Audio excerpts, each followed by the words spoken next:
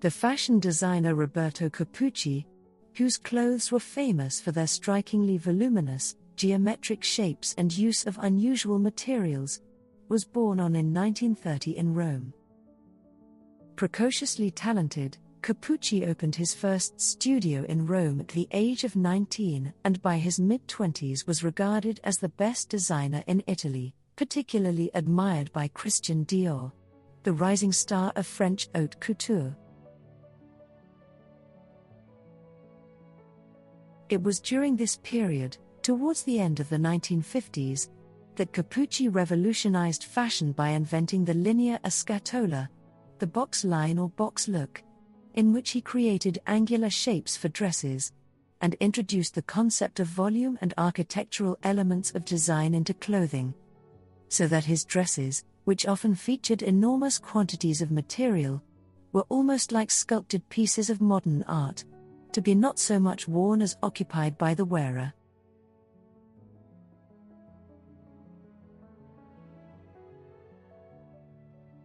Growing up in Rome, Capucci was artistically inclined from an early age. He attended the Accademia di Belle Arti di Roma and wanted to become either an architect or a film director, designing clothes initially as no more than a diversion.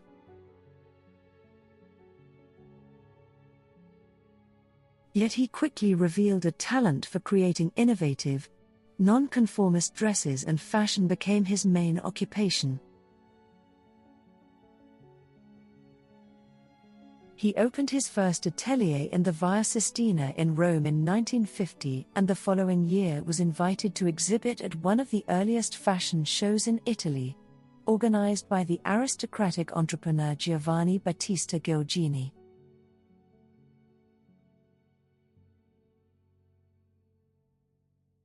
His coats lined with ermine and leopard and capes trimmed with fox fur would not have found favor with many of today's buyers, yet at the time were a hit. The press noted Capucci's youth and dubbed him the boy wonder. Gilgini was well aware of the appetite for spending among post-war jet-setters, and promoted his young protégé for all his worth.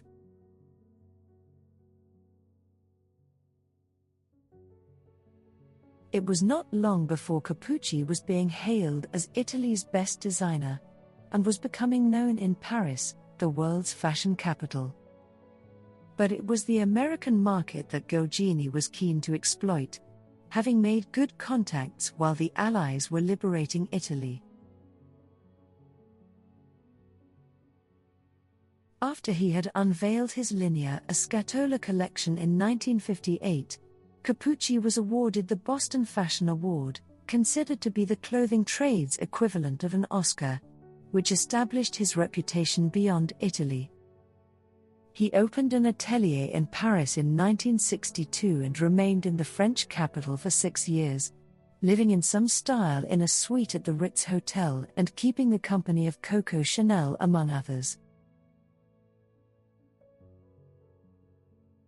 He launched a perfume range, the first Italian to do so in France, but in 1968 he decided to go back to Italy, establishing a new Rome studio.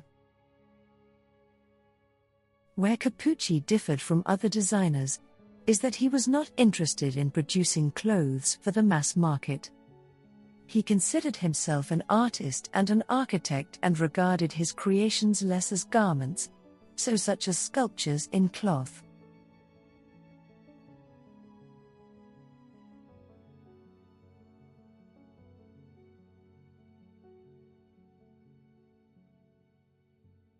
He used yards and yards of material in order to create volume and shape.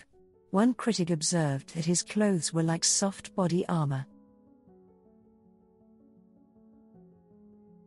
So, when ready-to-wear clothing and consumer fashion took hold in Italy in the 1980s, Capucci withdrew.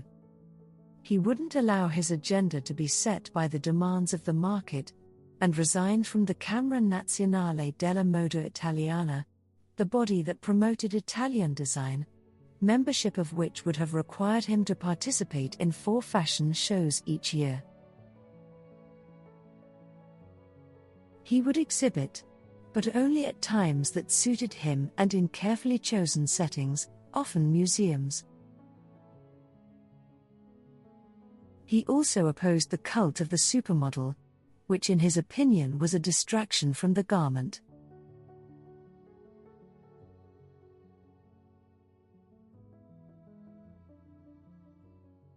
He preferred to create dresses for individuals, opera singers, actresses, the wives of politicians and debutantes from Roman society.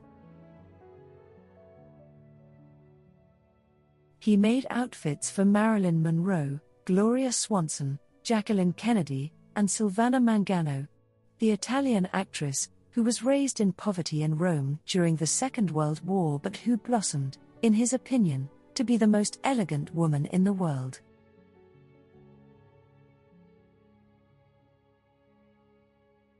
So, Roberto Capucci is renowned for his sculptural approach to fashion, which has significantly impacted the industry. He is celebrated for his dramatic, architectural designs that blend art and fashion. Here are some key aspects of his influence. 1. Sculptural silhouettes. Capucci's designs are often characterized by bold, geometric shapes and intricate pleating. His garments resemble sculptures more than traditional clothing, pushing the boundaries of what fashion could be. 2. Innovative use of fabric. He experimented with materials and textures, utilizing heavy fabrics and vibrant colors to create voluminous and structured designs. His work was often likened to art, inspiring designers to see fashion as a form of artistic expression. 3. Color and form. Capucci was known for his masterful use of color and the innovative way he manipulated form. He often juxtaposed bright, contrasting colors, emphasizing the three-dimensional aspects of his designs.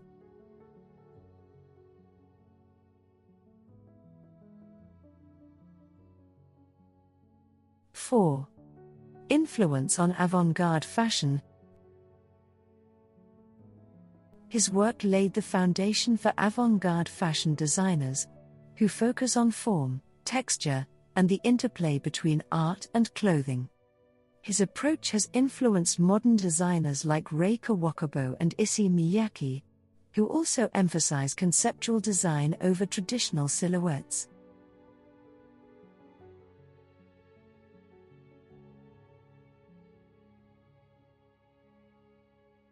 Five.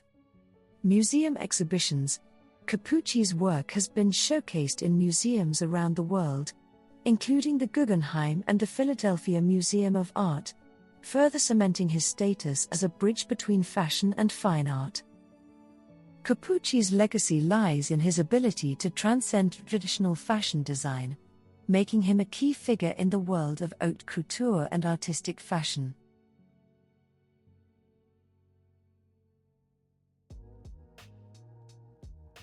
His influence continues to inspire designers who view fashion as an avant-garde medium.